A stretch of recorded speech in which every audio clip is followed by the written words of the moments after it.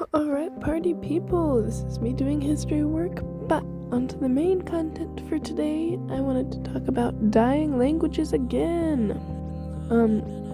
So today I brought up some examples. I'm bringing up some examples. There's this language in the Philippines called Karaya. I don't know if I'm saying it right, K-A-R-A-Y -A. I don't know. But, this is not something singular to this language in the Philippines, but this is something that's happening with a lot of these minority languages, is that they have these histories, verbal histories that they've passed down from their families for years and years and years.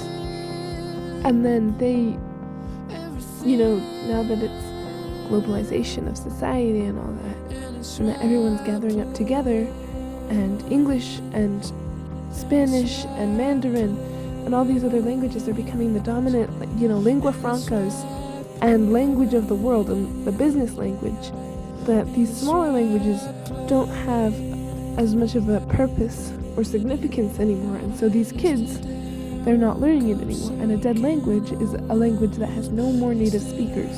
So when the kids stop learning, then the language starts dying.